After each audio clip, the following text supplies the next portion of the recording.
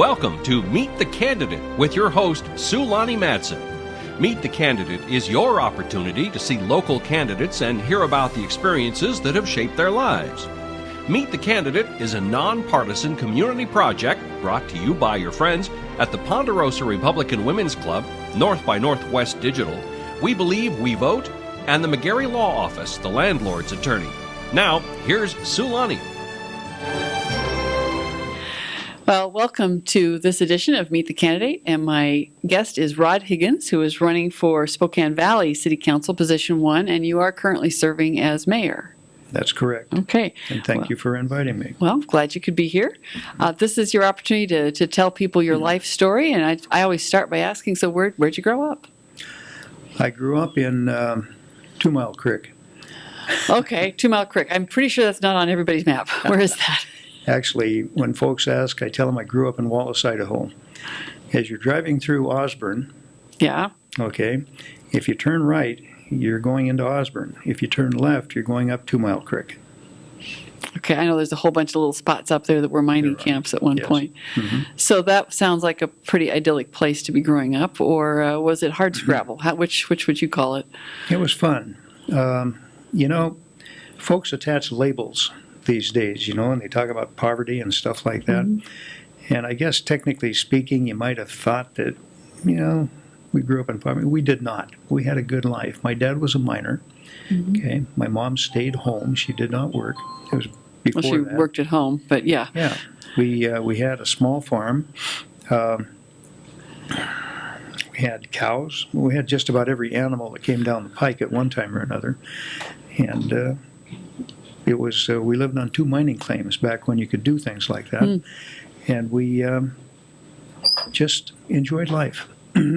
Did you go to all your schooling was in that area? Or, Yes, I went to Osborne Grade School. Okay. And then in the 8th grade actually, went to Wallace Junior High and then Wallace High School. Okay. And did you do any additional training after that? And I include apprenticeships as well as university education past high school, or all on the job? No.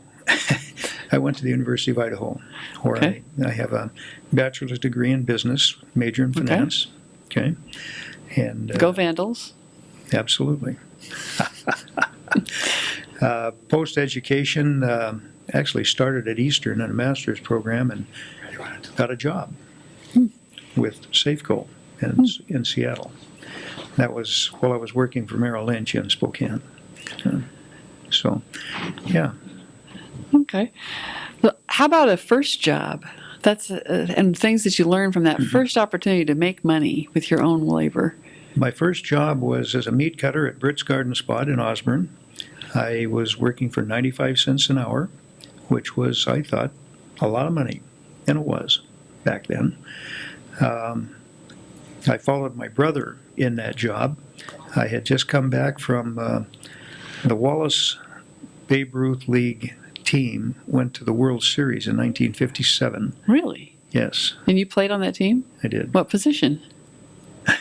Well, sometimes I pitched, but not well, and other times played the outfield, sometimes third base. Everybody did everything.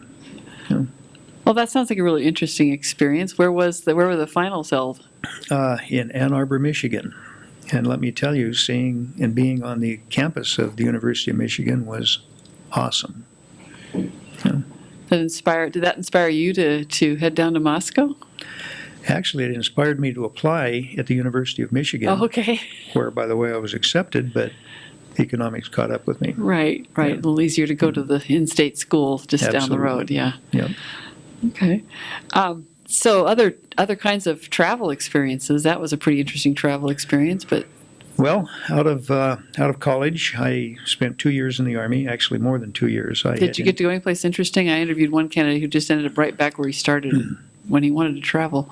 Well, I went one place that I thought was interesting. That was in Korea.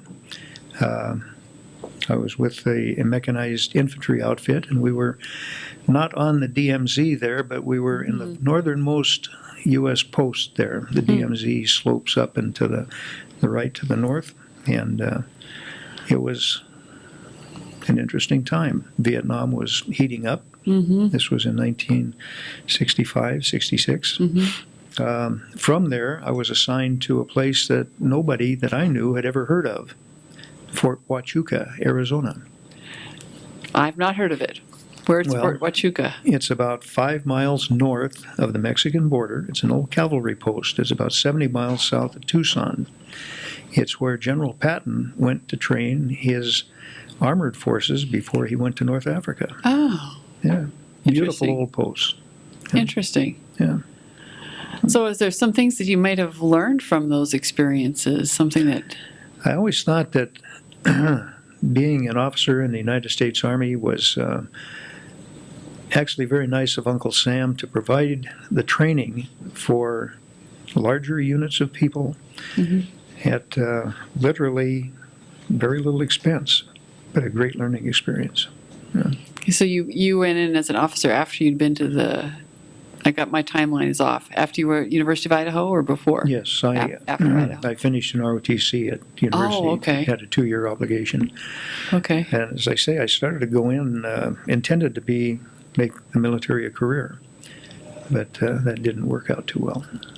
Well, sometimes people get started and they decide that's really not where they're meant Happens to be. very often, actually. Yes, which is fine because there's a lot more. I encountered the bureaucracy, and I've been encountering it ever since.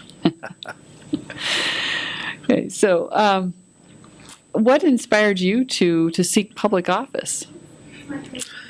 Well, I was working for Sunshine Mining Company in 1981, 82, 83.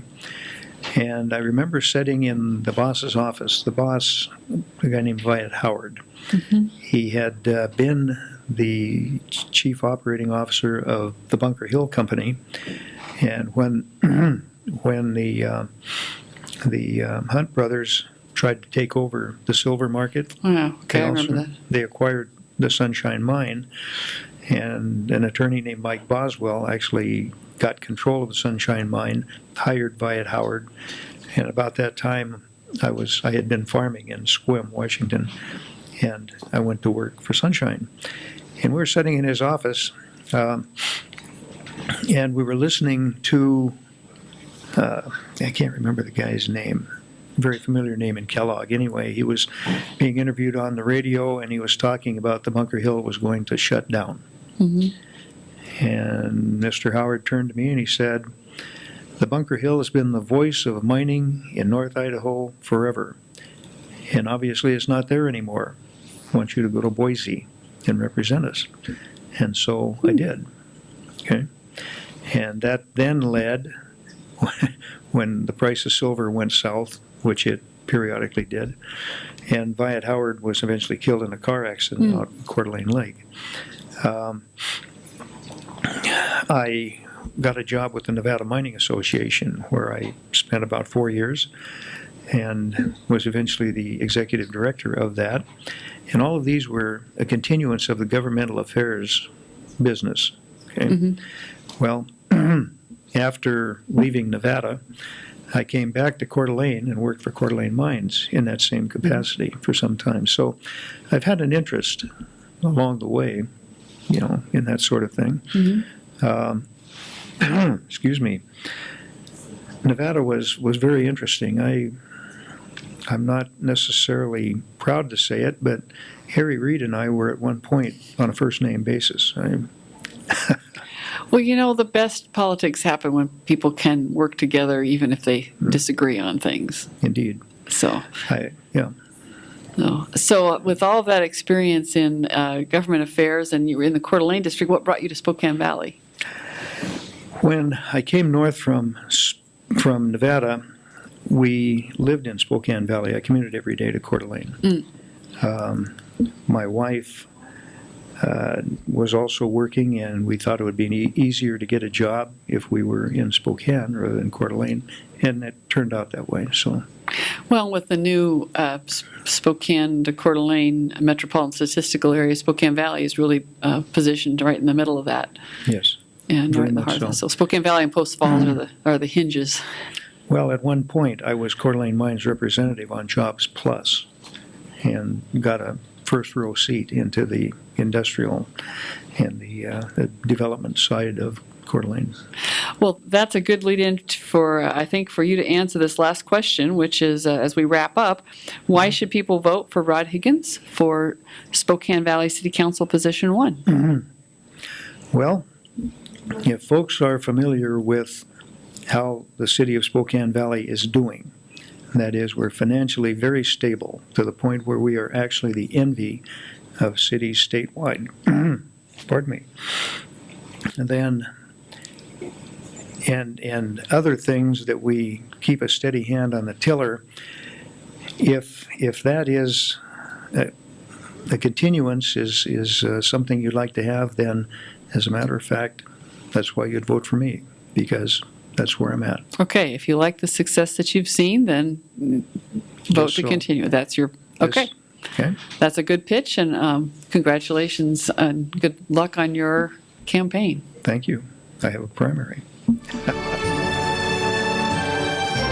Thanks for watching Meet the Candidate. Spokane Talks Online thanks our community-minded partners at Ponderosa Republican Women's Club, North by Northwest Digital, We Believe, We Vote, and the McGarry Law Office, the landlord's attorney, for helping make Meet the Candidate possible.